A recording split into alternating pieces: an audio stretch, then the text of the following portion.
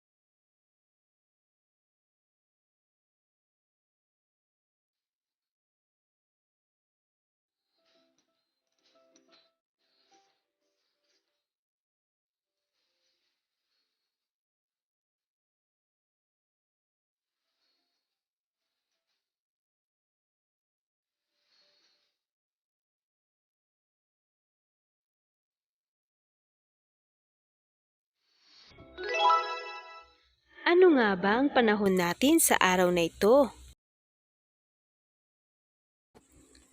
Tunghayan natin ang weather report o ulat panahon.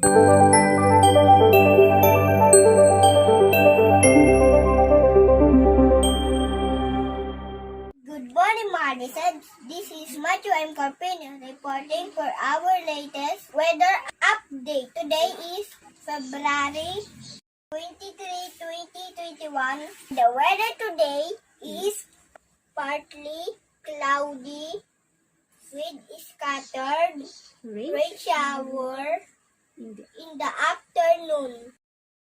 This is due to the tail end of Typhoon Auring, which is expected to leave the Philippine area of responsibility. Tomorrow will be a sunny day. Children are advised to stay at home and study your lesson. Again, this is Matthew Corbin reporting live Iba't ibang from uri Makati ng panahon. City. Ano nga kaya ang uri ng panahon natin ngayon mga bata? Maaraw ba o maulan?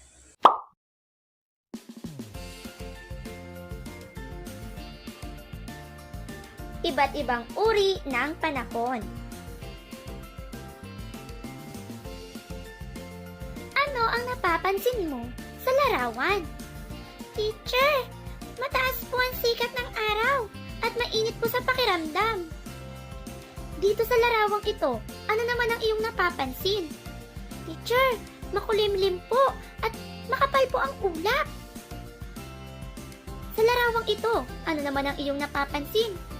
Teacher, giniginaw po ako at ang lakas po ng ulan. Sa larawang ito, ano naman ang iyong nakikita? Teacher, natatakot po ako. Ang lakas po ng kulog at kidlat. Sa larawang ito, ano ang iyong napapansin? Teacher, ang lakas po ng hangin. Nililipad po yung buhok ko. Magaling! Ngayon kasi, pag-aaralan natin ang iba't ibang uri ng panahon. Alam mo ba na ang panahon dito sa Pilipinas ay mayroong 5 uri? Isa-isahin natin. Una, maaraw. Pangalawa, maulap. Pangatlo, maulan. Pang-apat, mahangin. At ang pang-5 ay bagyo. Alamin naman natin kung paano nagkakaiba-iba ang 5 uri ng panahon.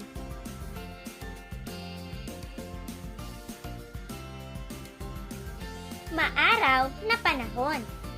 Kapag maaraw ang panahon, ito ay mataas ang sikat ng araw. Mainit sa pakiramdam, kaya huwag kakalimutang uminom ng maraming tubig, magsuot ng sunglasses, at mainam din na magpayong ka kapag lalabas ka ng bahay upang maproteksyonan ang balat mo.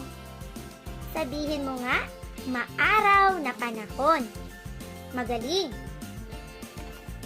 Maulap na panahon. Kung ang panahon ay maulap, iyong mapapansin na natatakloban ng mga ulap ang kalangitan. Magandang panahon din ito upang yayain ang iyong pamilya na mamasyal at ang iyong mga kaibigan na maglaro sa labas. Maulap na panahon.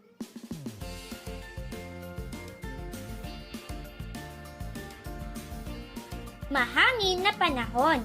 Kapag ang panahon ay mahangin, iyong mapapansin na malakas ang ihip ng hangin.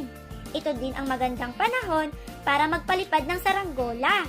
Ulitin mo nga, mahangin na panahon. Magaling.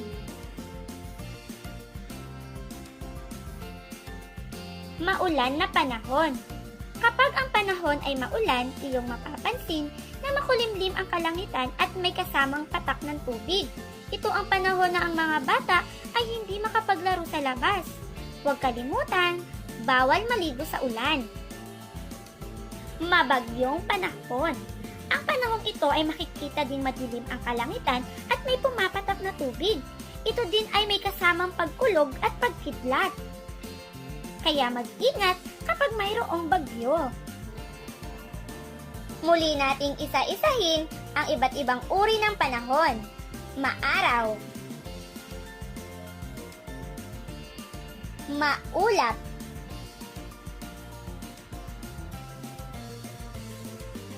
maulan, mahangin, at bagyo. Magaling mga bata! Mga angkop na kasuotan at kagamitan ayon sa panahon. Mga bata, halina ating alamin ang mga kasuotan at kagamitan na angkop sa panahon. Maaraw. Kapag maaraw ang panahon, ay maaari tayong magsuot ng sunglasses, sando, tsinelas, short, sombrero, at gumamit ng payong. Maulan. At kapag maulan naman, maaari kayong gumamit ng bota, kapote, payong, at jacket. Maulap. Kapag ang panahon ay maulap, maaari kayong gumamit ng short at ng t-shirt. At kapag mahangin naman, maaari din kayong gumamit o magsuot ng jacket at jogging pants. Kapag bumabagyo naman, maaari kayong gumamit o magsuot ng bota, kapote, payong, at jacket. Magaling mga bata! Anong uri ito ng panahon?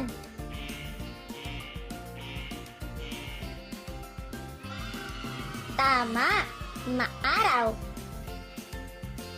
Ano-anong mga kagamitan o kasuotan ang gagamitin natin kung ang panahon ay maaraw?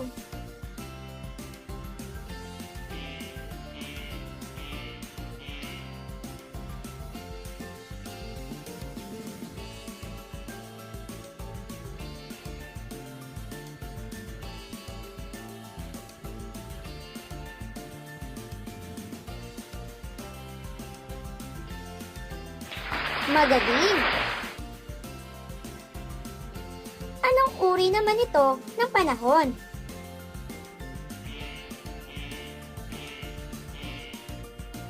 Tama! Mahangin! Anong kasuotan naman ang inyong susuotin kung ang panahon ay mahangin?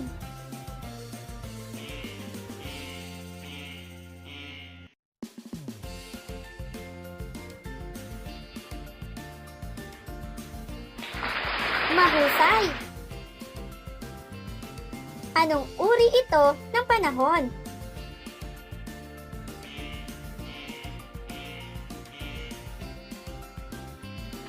Tama, maulan.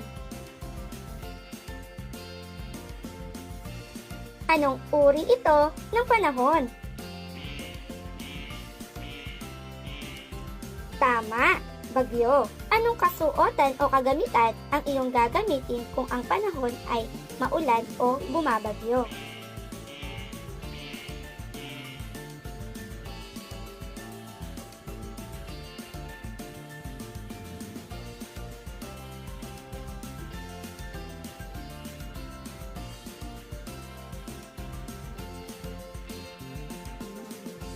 Mahusay! Anong uri ito ng panahon?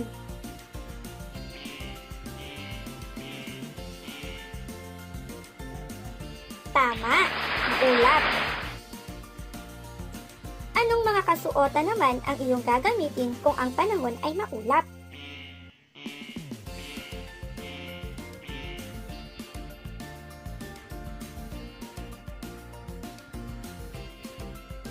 Magaling! Bilugan ang panahon na tinutukoy sa bawat sitwasyon. Una, ito ang panahon na malakas ang ulan at may kulog at kidlat. Ito ba ay panahon ng maaraw, maulap, mahangin, maulan, o bumabagyo? Ituro mo nga ang iyong sagot. Tama, bumabagyo. Bilugan natin. Magaling! Para sa ikalawang bilang, ito ang panahon na mataas ang sikat ng araw at mainit sa pakiramdam. Ito ba ay maaraw, maulap, mahangin, maulan, o bumabagyo? Ituro mo nga ang iyong sagot.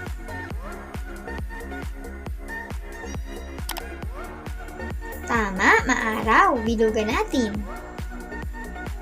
Magaling! Para sa ikatlong bilang, ito ang panahon na magandang magpalipad ng saranggola. Ito ba ay maaraw, maulap, mahangin, maulan, o bumabagyo? Ituro mo nga ang iyong sagot. Tama, mahangin. Bilugan natin. Magaling! Para sa ikaapat na bilang, ito ang panahon na puno ng ulap ang kalangitan. Ito ba ay maaraw, maulap, mahangin, maulan, o bumabagyo? Turo mo nga ang iyong sagot. Tama, maulap. Bilugan natin. Magaling! Para sa ikalimang bilang, ito ang panahon na makulimlim ang langit at may tubig na pumapatak sa ulap. Ito ba ay maaraw, maulap, mahangin, maulan, o bumabagyo? Turo mo nga ang iyong sagot. Tama, maulan. Bilugan natin. Magaling! Ano-ano nga ulit ang iba't ibang uri ng panahon? Maaraw, maulap, mahangin, maulan, at bumabagyo. Yan ang mga uri ng panahon. Para sa ating gawain. Ngayon ay gagawa tayo ng weather wheel. Ang kailangan nating gamit ay paper plate, lapis, at Crayola. Iguhit sa paper plate ang iba't ibang uri ng panahon na iyong natutunan. Magpatulong sa iyong magulang na magpalagay ng arrow sa gitnang bahagi nito. Gawain 1, weather wheel. Ito ang ating inaasahang output. Magaling mga bata!